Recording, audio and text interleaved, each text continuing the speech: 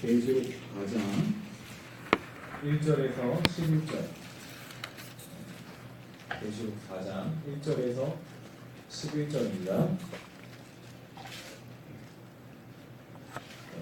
계시록 4장 1절에서 11절. 첫 줄 읽고 저 여러분이 기록하겠습니다. 이 이후에 내가 보니 하늘에 열린 문이 있는데 내가 들은 바 처음에 내게 말하던 나팔 소리 같은 그 음성이 이르되 이리로 올라오라. 이후에 마땅히 일어날 일들을 내가 내게 보이리라 하시더라. 내가 곧 성령에 감동되었더니 보라, 하늘에 보좌를 베풀었고 그 보좌에 앉으신 이가 있는데 앉으신 이의 모양이 벽옥과 홍보석 같고 또 무지개가 있어 보좌에 둘렀는데 그 모양이 녹보석 같더라. 또 보좌에 둘러 24보좌들이 있고 그 보좌들 위에 24장로들이 있고 머리에 금관을 쓰고 앉았더라. 보좌로부터 번개와 음성과 노래소리가 나고 보좌 앞에 켜운 등불 7명이 이는 하나님의 7명이라. 보좌 앞에 수정과 같은 유리바다가 있고 보좌 가운데와 보좌 주위에 네 생물이 있는데 앞뒤에 눈돌이 가득하더라. 그 첫째 생물은 사자 같고 그 둘째 생물은 송아지 같고 그 셋째 생물은 얼굴이 사람 같고 그 넷째 생물은 날아가는 독수리 같은데 네 생물은 각각에서 날개를 가졌고 그 안과 주위에는 눈들이 가득하더라. 그들이 밤낮 쉬지 않고 이르기를 거룩하다 거룩하다 거룩하다 주 하나님 곧 전능하신 이여 전에도 계셨고 이제도 계시고 장차 오실 이시라 하고 그 생물들이 보좌에 앉으사 세토록 살아계시는 이에게 영광과 존귀와 감사를 돌릴 때 24장로들이 보좌에 앉으신 이 앞에 엎드려 세세토록 살아계시는 이에게 경배하고 자기의 관을 보좌 앞에 드리며 이르되 같이 읽겠습니다. 우리 주 하나님이여 존귀와 존귀와 권능을 받으시는 것이 합당하오니 주께서 만물을 지으신 이시라. 만물이 주의 뜻대로 있었고 또 지으심을 받았나이다 하더라. 네. 우리 옆에 사람 한번 인사해보겠습니다. 주께서 함께 하십니다. 시작. 주께서 함께 하십니다. 주께서 함께 하십니다. 한 번 더 인사하겠습니다. 주께서 당신을 사랑하십니다. 주께서 당신을 사랑하십니다. 감사합니다. 오늘 제목은 하늘의 보좌라는 제목 갖고 여러분과 함께 은혜를 나누고자 합니다. 이제 고등학교 때 여러분들 알다시피 이제 동아리들이 다 있잖아요. 고등학교 때 저희 학교는 이제 동아리가 있었습니다. 제가 그 중에서 친구를 잘 따라가는데 그 아가페라는 이제 중창단을 두게 됐어요. 딱 들었을 때 어떨까요? 이름이 어때요? 굉장히 뭔가 신실해 보이죠. 아가페. 뭔가 이제 하나님의 신실한 사람. 그래서 거기서 이제 되게 좋았던 건 찬양도 부르고 그리고 정말 대회도 나가고 이랬습니다. 그러면 제가 찬양을 부를 때, 다 같이 찬양을 부를 때 누구에게 영광을 돌리는 것일까요, 여러분? 그렇죠. 하나님께 영광을 돌리는 것이죠. 제가 여러분께 다시 한번 여쭤볼게요.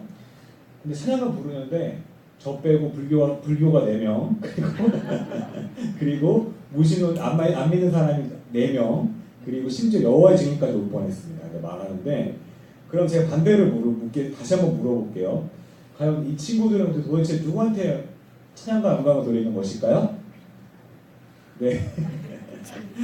네. 나중에 이제 되게 막 희한한 거예요. 왜냐면 찬양 분명히 노래 찬양인데 막 주를 송축해 온 땅이여 여호와께 큰 소리로 이런 찬양을 부르는데 불교가 4명이고 그치 이 친구들 뭐 때문에 안 나? 이제 물어봤는데 나중에 물어보니까 이제 자라매라고 해서 옆에 이제 여자 고등학교가 많았는데 거기서 이제 만나가지고 뭐 이렇게 얘기하고 여자 고등학생들이 만나서 얘기하고 또 이제 스트레스를 풀려고 왔다. 찬양을 부르면서 스트레스를 풀려고 왔다는 그 말을 듣게 되었습니다. 그래서 도대체 그러면 부르는 목적이 무엇이 정말 독특하죠. 근데 대회도 나가고 그래서 참 마음이 아팠던 적이 있습니다. 입으로는 이들이 찬양을 하지만 실제로 찬양과 영광을 하나님께 돌리는 것은 아니겠죠. 그죠? 아니겠죠. 근데 우리도 마찬가지로 입으로는 찬양을 부르지만 때로는 다른 것들의 영광을 돌릴 때가 많습니다. 오늘 요한계시록의 시대에서도 마땅히 돌려야 할 영광을 다른 곳에 돌렸던 그런 시대였습니다. 그러면 어떤 상황인지 오늘 계시록의 말씀을 통해서 저와 여러분이 살펴보도록 하겠습니다. 이 계시록 말씀의 3장에서는 2장과 3장에서는 쭉 계시록의 7교회들을 살펴보았습니다. 이제 가장부터는 하늘문이 열리고 요한에게 이런 나팔 소리 같은 음성이 들렸습니다. 너가 이리 올라오너라. 그러면 내가 이후에 마땅히 될 일들을 너에게 보여주겠다고 말씀하고 계십니다. 그러면 왜 예수님은 이렇게 마땅히 될 일들, 왜 요한만 특별하게 이렇게 하나님께서 요한을 통해서 보여주시려고 한 것일까요? 왜 특별한 일들을 요한한테 이 당시에 요한한테 보여주려고 하신 걸까요? 우리가 이제 이 남성분들이 이제 군대 가기 전까지는 이제 대학교 때 이제 막 방학 되면은 맨날 집에서 편하게 밥 먹고 또 빈둥거리고 또 알바를 뛸 수 있겠지만은 막 철없이 지내고 내가 만나고 싶은 사람 만나고 편하게 지내다가 이제 군대를 가게 되면 어떤 사람들 만나죠? 생판 모르는 사람들을 만나요. 생판 모르는 사람들을 만나고 이 속에서 내가 싫건 좋건 내가 싫은 사람이건 좋은 사람이건 옛날에는 피하면 되는데 이제는 어쩔 수 없이 무조건 같이 있어요. 그리고 맨날 새벽 5시 반, 6시에 계속 정규적으로 일어나야 돼요. 그리고 맨날 내가 하기 싫어도 매일 똑같은 일을 반복을 해야 돼요. 그리고 또 구타와 욕설 속에서 버티고 이제 인내해야 됩니다. 이런 것들이 이제 훈련이 안 된 사람들은 이 생활이 굉장히 또 지옥 같고 굉장히 힘듭니다. 실제로 저 있을 때도 탈영병이 2명 있었습니다. 잡으러다니고 그랬었는데 그럴 때 이제 군인들은 도대체 그럼 뭘 붙잡고 살까요? 어떤 마음을 갖고 살까요? 이 군인들은 바로 전역한 날짜. 앞으로 여기를 벗어나는 그 날짜만 바라보고 혹은 휴가 날짜. 그래도 휴가 가면 뭐 해야지 이런 것만 바라보고 살게 됩니다. 저도 이제 휴가 가기 전에 먹고 싶은 리스트를 적고 하고 싶은 리스트를 적고 여행 가고 싶은 리스트를 적었어요. 그리고 또 전역하기 전에 이제 100가지 버킷리스트를 적었습니다. 100가지 중에 10개도 못한 것 같아요. 큰 집에 개를 기르기 막 국고 인사하기 막 이런 거 썼는데 하나도 못한 것 같아요. 저 엉뚱한 거 많이 써가지고 하나도 못한 것 같습니다. 이 군인들 보면은 이제 전역하면 옷도 사고 핸드폰도 사고 여자친구도 만나고 이런 기대들을 하면서 좀 하루하루를 버티게 되는 것 같습니다. 근데 마찬가지로 이 계시록의 시대는 이것보다 더 큰 힘든 고통과 어려움의 시대였습니다. 이제 군대는 이제 그래도 계속 밥을 주고 잘 곳이 있잖아요. 근데 그리고 군대는 힘들어도 뭔가 시간이 가잖아요. 근데 이제 계시록의 시대는 이제 힘들다 지겹다 정도의 그런 고통의 수준이 아니었습니다. 계시록을 계속 보면 볼수록 이 당시의 신앙생활이 정말 쉽지 않겠구나. 정말 하나님 붙잡지 않고는 살아갈 수 없겠구나. 이런 생각이 정말 많이 들어요. 예전에 어떤 분들이 이제 초대교회로 돌아가자, 초대교회 역사를 경험하자 말을 하는데 사실은 초대교회의 그런 역사가 나타나려면 이 당시에 정말 박해와 핍박이 있어야 되는 거 아닌가. 그래서 신실하게 하나님만 붙잡아야지 이런 역사가 나타나는 게 아니라 이런 생각이 들 정도로 굉장히 힘들게 지냈습니다. 이들에게 신앙생활을 한다는 것은 곧 생과사를 연마되는 고통을 선택하는 것과 다름이 없었습니다. 신앙을 갖는 순간 가난과 모욕과 손가락질을 받고 로마군에게 잡히면 억지로 동물의 탈을 쓰고 맹수들에게 이제 먹히게 되고 그리고 또 불에 산채로 던져지거나 고문을 당하다가 톱으로 켜 죽거나 혹은 박해를 피해가지고 톱을 해서 짐승같이 살아야 했습니다. 이런 시기에 예수님은 이들의 신앙을 보호하고 그리고 큰 청사진을 줌으로써 우리에게 마치 군인이 전역하는 날짜를 기다리는 것처럼 앞으로 장차 있을 일, 장차 승리의 그날들을 미리 보여주기 위해서 그래서 신앙인들이 그것을 붙잡고 지금의 고통과 환난을 견디게 하기 위해서 이 요한을 불러서 특별한 계시를 주었습니다. 이 계시란 것은 기본적으로 감춰진 것이 드러난 것을 말합니다. 하나님께서 알려주고자 하지 않으면 알 수가 없고 하나님께서 감추시면 우리가 찾을 길이 없습니다. 하지만 하나님 우리 사랑하셔서 자신의 계시, 비밀한 것들을 미리 우리에게 보여주신 것입니다. 이어서 순식간에 이 요한은 성령의 감동으로 환상들을 보게 됐습니다. 하늘에 가보니까 이 보좌가 있고 보좌에 이 보좌 위에 앉으신 이가 있습니다. 이 3절에 보면은 앉으신 이가 벽옥과 홍보지 같고 무지개 보좌에 둘러 있고 그 모양이 녹보서 같다고 이야기하고 있습니다.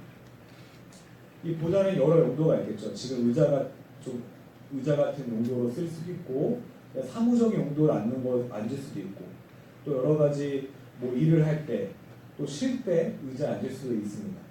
그런데 여기에 삼위일체 하나님이 앉았다는 것은 모든 우주와 역사와 그리고 모든 것의 통치자로서 그리고 구원과 심판자로서 앉으신 것을 의미하고 있습니다.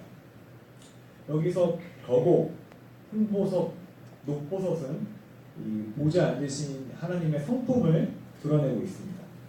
이 벽옥은 수정과 같은 맑은 보석으로서 하나님의 거룩하심을 상징합니다. 이 거룩하다는 것은 구별되는 것을 말하겠죠. 그리고 홍보석은 이 붉은 보석으로 하나님의 진노와 이 심판을 말하게 됩니다. 녹보석은 푸른 보석으로 하나님의 은혜와 이 자비를 말하게 되는 것입니다.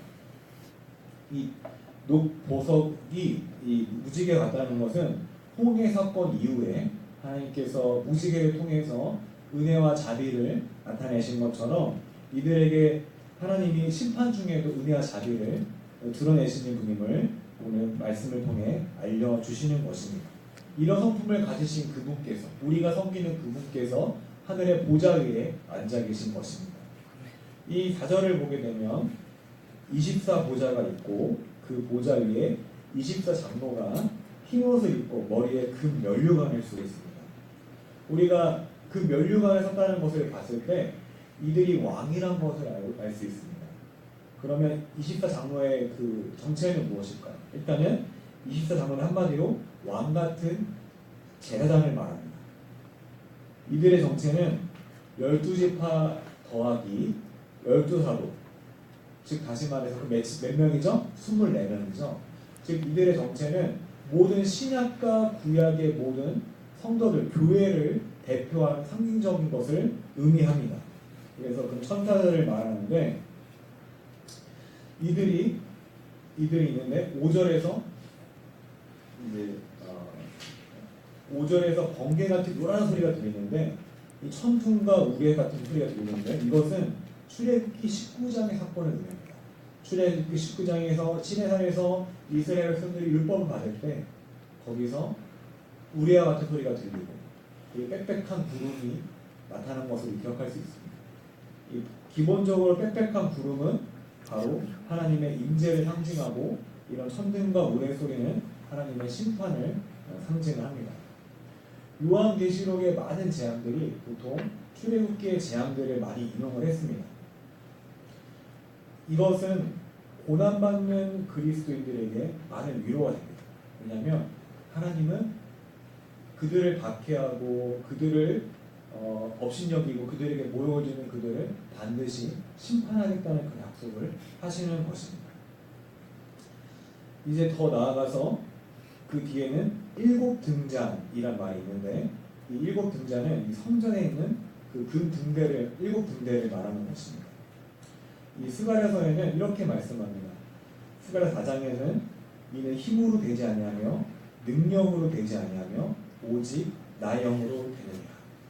이 스가랴서에서 일곱 등대는 바로 이제 하나님의 영을 말하고 일곱 영을 바로 이 계시록에서 말하는 것은 일곱 등대가 바로 일곱 명 하나님의 성령을 말한다고 이야기하고 있습니다. 이런 스가랴서에서 말하는 새 성전이 하나님의 영으로 된 것처럼 오늘날 이 교회가 또 하나님의 그 역사가 성령님에 의해서 이루어지고 성취된다는 사실을 보여주고 있는 것입니다. 우리 6절을 보게 되면 6절에서는 보좌 앞에 수정과 같은 누리바다가 있다고 합니다.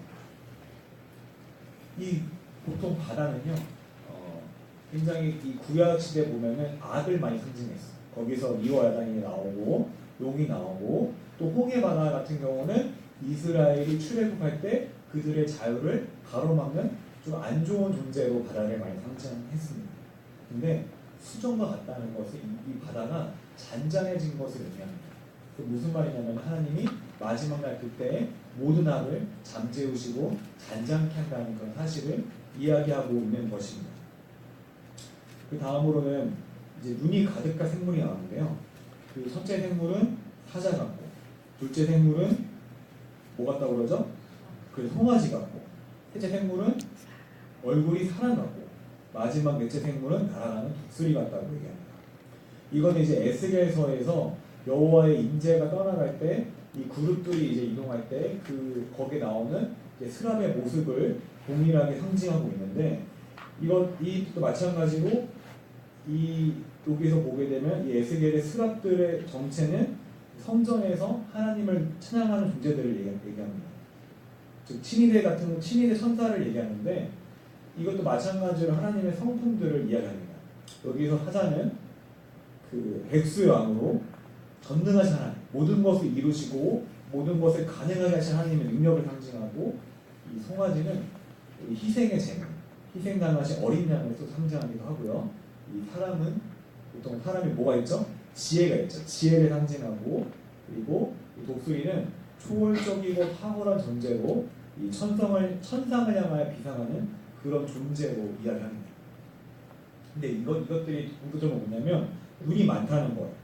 이 눈이 많은 것은 어떤 하나님의 뜻을 분별하고 어떤 그 지식이 있다는 것입니다. 뜻을 분별할 수 있는 그런 지식이 있다는 것입니다. 그리고 이들이 날개가 있대요. 이 날개가 있다는 것은 하나님의 뜻을 순종할 수 있는 그런 신속함을 말합니다. 즉 정리하면은 이 그룹이 이렇게 있는 것은 하나님의 뜻을 분별할 수 있는 지식과 그리고 그것을 순종할 수 있는 신속함이 있다는 것입니다. 근데 이 네 생물이 그냥 있는 것이 아니라 삼위일체이신 하나님께 찬양을 드립니다. 뭐라고 하죠? 거룩하다라고 찬양하죠. 아까도 얘기했듯이 거룩한 것은 구별된 것을 기본적으로 영적으로 도덕적으로 하나님은 세상과 구별된 분이십니다. 또 하나님은 탁월한 성품을 가지신 분입니다.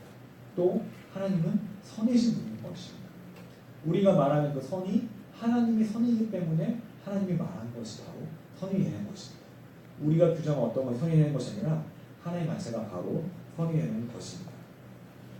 근데 이분이 어떤 분이냐면 또 전능한 분이에요. 전능한 분이라는 건 아까 말했듯이 모든 것을 가능케 하고 모든 것을 할 수 있는 그런 능력이 있는 분을 말하신 것입니다.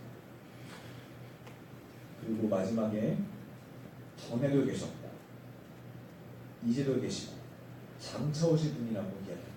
이것은 하나님이 영원히 계시다는 사실을 이야기하고 있습니다. 삼위일체 하나님은 항상 계셨고 앞으로도 계실 것이고 영원히 계실 것입니다. 성도가 고통을 당하는 중에도 이 박해를 받는 중에도 또 하나님이 그들에게 침묵하시는 것 같을지라도 하나님은 살아서 역사를 주관하시고 그리고 또 개입하셔서 육신으로 이 땅 가운데 임하셔서 모든 성도를 구원케 하시는 그런 분이신 것입니다. 하나님 절대로 우리를 그냥 내버리지 아니하시고 전에도 있었고 이제도 있었고 앞으로도 함께 하실 전능하신 하나님인 것인 것입니다. 이 11절에 이제 이어서 11절에는 24장로도 하나님을 찬양합니다. 뭐라고 그럽니까? 11절에 만물을 창조하신 분이라고 하고 만물이 주의 뜻대로 또 지음을 받았다고 이야기하고 있습니다. 이 당시에 로마의 황제는 오늘 말씀과 대조적으로 정말 높은 보좌에 앉아 있었어요. 그 당시에 최강의 왕으로서 수많은 나라를 점령하고 정말로 신보다 높은 존재처럼 여김받았습니다. 그 당시에 있던 많은 그리스 로마 신화에서 그 신들도 황제를 찬양한다고 기록을 합니다. 그리고 주 하나님, 이 키리오스라는 단어도 황제에게 쓰였습니다. 카이제르 키리오스. 황제는 주님이시다. 황제가 곧 신이라는 뜻입니다. 그리고 이 황제가 지나갈 때마다 황제는 합당하십니다. 합당하십니다라는 그런 단어를 사람들이 사용했습니다. 그리고 오늘 말씀에서 24장로가 있던 것처럼 이 황제 곁에는 24명의 그 친위대가 있었습니다. 그래서 그 황제를 높이고 황제를 보필하였습니다. 그리고 이 24장로가 왕관을 벗어서 주께 드린 것처럼 이 실제로 역사적으로 보면은 라푸티아의 왕 트리다 테스가 네로 황제 앞에 왕관을 벗으면서 앞으로 충성을 다하겠다고 그런 맹세를 했던 역사적인 사건이 있습니다. 세상의 모든 이가 볼 때는 이 로마의 황제가 신인 거예요. 역사의 주관자예요. 왜? 나라를 파괴하기도 하고 나라를 세우기도 하고 그 역사를 마음대로 갖고 있는 것처럼 보입니다. 그 앞에서는 기독교인들은 한낱 종이 조각처럼 보였어요. 그의 박해 앞에서 모든 기독교인들은 결국에 다 사라질 것처럼 보였습니다. 그러나 오늘 말씀에서는 말합니다. 로마 황제가 역사를 주관하는 것처럼 모든 나라의 통치권을 가진 것처럼 찬양을 받는 것처럼 보이지만 그것도 하나님께서 허락하신 것이다. 모든 민족과 족속과 모든 역사와 모든 민족이 신앙해야 될 분은 오직 유일하신 하나님. 모든 것을 창조하시고 모든 피조물이 의지하고 있고 거룩하시고 전능하신 하나님 한 분뿐이라는 것을 오늘 말씀을 통해 말하고 계신 것입니다. 아무리 교회가 비록 로마의 박해를 받지만 하나님이 무능한 것이 아니라 하나님이 더 큰 구원을 준비하기 위해서 때론 이 고난을 허락하신 것이라고 오늘 말씀에서 기록하고 있는 것입니다. 오늘 말씀을 통해서 우리는 역사의 모든 순간에 하나님이 침묵하는 것처럼 보이는 그 시기에도 하나님은 일한다는 것을 또 구원을 위해서 준비한다는 것을 우리가 알 수 있습니다. 우리는 보통 생각을 할 때 어떤 신학자들은 하나님이 마치 이 손목시계를 만든 것 같다고 얘기해요. 무슨 말이냐면은 한번 하나님이 이 손목시계를 만들고 사람의 손목시계를 만들고 거기 안에 이제 그 충전기를 넣으면은 어떤 충전기를 갈아주기 전까지 자기가 자력에 의해서 움직이잖아요. 그죠? 시계 바늘이 움직이고 어떤 기계에서 움직이는 것처럼 하나님은 어떤 세상을 다 만들어 놓고 머리 떨어져서 이렇게 팔짱을 끼고 그냥 가만히 바라보다가 가끔 무슨 일이 터지면 그때 한 번씩 이제 일어나려고 얘기하는 분들이 있었습니다. 그러나 중요한 것은 우리가 11절과 그 수많은 성경의 구절들을 통해서 우리가 알 수 있는 것은 모든 만물이 주의 손을 의지한다. 모든 만물이 주의 뜻이 있기 때문에 거기 있는 것입니다. 우리가 지금 여기 있는 것도 하나님이 허락하셨기 때문에 지금 여기에 있는 것입니다.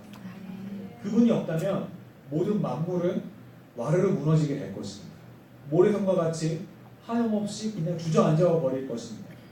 그러나 그럼에도 불구하고 우리가 살아있고 숨쉬고 있고 심장이 뛴다면 하나님께서 그걸 허락하시고 그렇게 되도록 하시는 것이기 때문입니다. 우리 삶 가운데도 하나님 때로 침묵하는 것 같지만 그분의 손길 가운데 있습니다. 천하밖에 합당하신 그분의 손길 가운데 우리가 여전히 있는 것입니다. 마지막 오늘 말씀을 통해 알 수 있는 것은 오직 하나님만이 유일한 찬양과 경배의 대상인 것입니다. 여러분이 존경하는 인물, 성공하는 사람, 재력 있는 사람, 유력한 사람들 다 위대해 보이지만 실제로 뭐 우리가 존경하는 분도 있겠지만은 하나님께서 허락했기 때문에 그 자리에 있을 수 있는 것입니다. 요새 그런 이야기들이 많아요. 가끔씩 그런 얘기 들으면 이 성공한 사람 똑같이 따라하지 말라고. 여러분이 그렇게 한다고 성공하는 거 아니고 오히려 운이 되게 좋았던 사람들이 많다고. 그리고 기본적으로 이 사람들이 열심히 노력을 했겠죠. 기본적으로. 하지만 운이 많이 따라주고 시대를 타고났고 모든 것이 맞았기 때문에 대부분이 맞다고 하는 분들이 꽤 있습니다. 저는 어느 정도 그 말이 맞는 것 같아요. 물론 기본적으로 그들이 최선을 다하고 열심을 다하고 한 것은 맞지만 결국에 하나님께서 허락하셨기 때문에 그들이 있습니다. 우리는 마땅히 돌려야 할 신앙과 영광을 다른 곳에 돌리지 말고 오직 하나님 힘써 알고 그분께만 영광을 돌려야 할 것입니다. 우리 결론을 맺겠습니다. 우리가 고통과 고난 가운데 있을 때 하나님을 오히려 힘써 알기를 소망하시기 바랍니다. 여러분 힘들 때도 함께 하시는 그분이 있다면, 또 그분을 인정한다면 모든 영광과 권세를 내가 아니라 다른 대상이 아니라 어떤 성공한 대상이 아니라 오직 하나님께 영광을 돌려야 할 것입니다. 우리가 그것을 인정하며 하루를 살아가는 저 여러분들에게 소망합니다. 찬양 부르겠습니다. 우리 같이 우리 비전 찬양 부를 텐데 우리 보좌 앞에 모여있는